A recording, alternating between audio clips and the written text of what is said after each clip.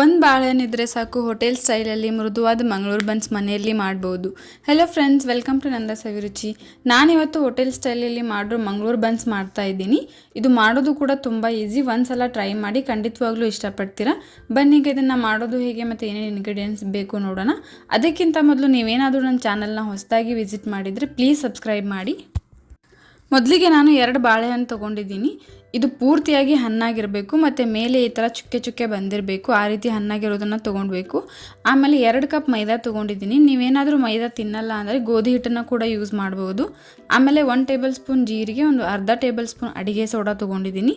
ಆಮೇಲೆ ಅರ್ಧ ಕಪ್ ಸಕ್ಕರೆ ತೊಗೊಂಡಿದ್ದೀನಿ, 3/4 ಕಪ್ ಮೊಸರು ತೊಗೊಂಡಿದ್ದೀನಿ ಮತ್ತು ಲಾಸ್ಟಲ್ಲಿ ರುಚಿಗೆ ತಕ್ಕಷ್ಟು ಉಪ್ಪು ತೊಗೊಂಡಿದ್ದೀನಿ. ಬನ್ನಿ ಈಗ ಇದನ್ನು ಹೇಗೆ ಮಾಡೋದು ನೋಡೋಣ. ಮೊದಲಿಗೆ ಬಾಳೆಹಣ್ಣನ್ನು ಸಿಪ್ಪೆ ತೆಗೆದು ಒಂದು ಮಿಕ್ಸಿ ಜಾರಿಗೆ ಹಾಕ್ಕೊಳ್ತಿದ್ದೀನಿ. ನಾನಿಲ್ಲಿ ಮಿಕ್ಸಿಯಲ್ಲಿ ಹಾಕ್ತಾಯಿದ್ದೀನಿ, ನಿಮಗೆ ಬೇಕಿದ್ದರೆ ಹಾಗೆ ಮ್ಯಾಶ್ ಮಾಡಿ ತೊಗೋಬೋದು. ಆಮೇಲೆ ಇದಕ್ಕೆ ಮೊಸರು ಹಾಕ್ಕೊಳ್ತಿದ್ದೀನಿ, ಆಮೇಲೆ ಸಕ್ಕರೆ ಹಾಕ್ಕೊಳ್ತಿದ್ದೀನಿ. ಇದನ್ನು 3 ಹಾಕಿ ಚೆನ್ನಾಗಿ ರುಬ್ಬಿ ತೊಗೊಳ್ತಿದ್ದೀನಿ. ನಾನು ಆಗಲೇ ಹೇಳಿದ ಹಾಗೆ ನೀವು ಮ್ಯಾಶ್ ಮಾಡಿದ್ರೂ ಚೆನ್ನಾಗಿ ಬರುತ್ತೆ. ನೋಡಿ, ಈ ರೀತಿ ರುಬ್ಬಿ ತೊಗೊಂಡಿದ್ದೀನಿ.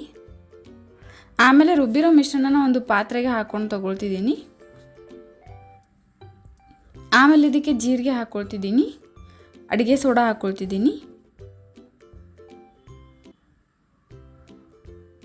ಆಮೇಲೆ ರುಚಿಗೆ ತಕ್ಕಷ್ಟು ಉಪ್ಪು ಹಾಕ್ಕೊಳ್ತಿದ್ದೀನಿ. ಇದನ್ನೆಲ್ಲ ಹಾಕ್ಕೊಂಡು ಚೆನ್ನಾಗಿ ಮಿಕ್ಸ್ ಮಾಡ್ಕೊಳ್ತಿದ್ದೀನಿ. ಇದನ್ನು ಒಂದ್ಸಲ ಚೆನ್ನಾಗಿ ಮಿಕ್ಸ್ ಮಾಡಿದ್ಮೇಲೆ ಇದಕ್ಕೆ ಮೈದಾ ಹಿಟ್ಟು ಹಾಕ್ಕೊಳ್ತಿದ್ದೀನಿ.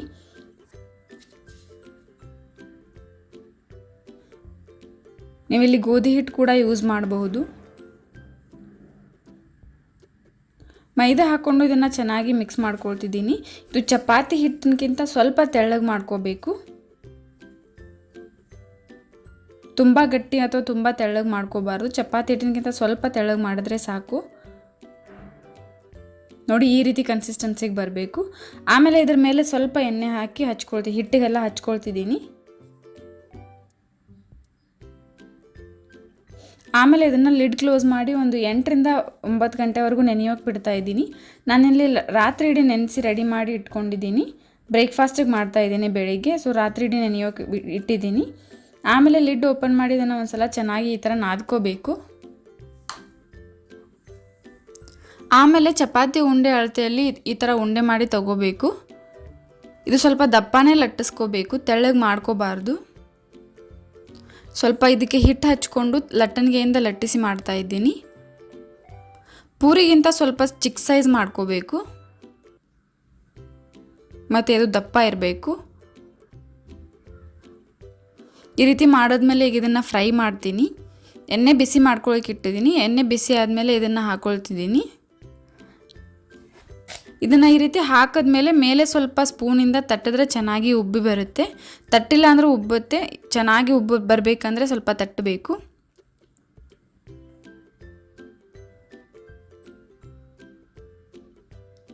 ನೋಡಿದ್ರಲ್ಲ ಎಷ್ಟು ಚೆನ್ನಾಗಿ ಬಂದಿದೆ ಅಂತ. ನಾನು ಇದೇ ರೀತಿ ಇನ್ನೊಂದನ್ನು ಫ್ರೈ ಮಾಡ್ಕೊಂಡು ತೊಗೊಳ್ತಿದ್ದೀನಿ.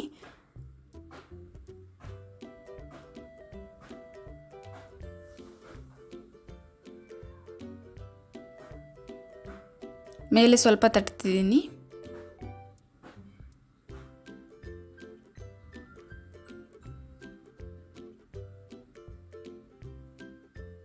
ಇದು ನಾವು ಗೋಲ್ಡನ್ ಬ್ರೌನ್ ಬರೋವರೆಗೂ, ಕಂದು ಬಣ್ಣ ಬರೋವರೆಗೂ ಫ್ರೈ ಮಾಡ್ಕೋಬೇಕು. ಒಳಗಡೆ ತುಂಬ ಸಾಫ್ಟಾಗಿ ಬಂದಿರುತ್ತೆ, ಎಲ್ಲನೂ ಚೆನ್ನಾಗಿ ಉಬ್ಬಿರುತ್ತೆ. ಆಮೇಲೆ ಇದನ್ನು ತೆಂಗಿನಕಾಯಿ ಚಟ್ನಿ ಜೊತೆ ತಿಂದರೆ ಸೂಪರ್ ಆಗಿರುತ್ತೆ. ನೀವು ಒಂದ್ಸಲ ಟ್ರೈ ಮಾಡಿ. ನೀವು ಇನ್ನೂ ನಮ್ಮ ಚಾನಲ್ನ ಸಬ್ಸ್ಕ್ರೈಬ್ ಮಾಡಿಲ್ಲ ಅಂತಂದರೆ ಪ್ಲೀಸ್ ಈಗಲೇ ಹೋಗಿ ಸಬ್ಸ್ಕ್ರೈಬ್ ಮಾಡಿ.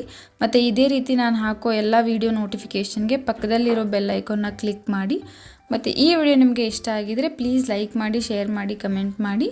ಮತ್ತು ಇದೇ ರೀತಿ ಟೇಸ್ಟಿ ರೆಸಿಪೀಸ್ಗೆ ನಮ್ಮ ಚಾನಲ್ನ ಸಬ್ಸ್ಕ್ರೈಬ್ ಮಾಡೋದನ್ನು ಮರಿಬೇಡಿ. Thank you.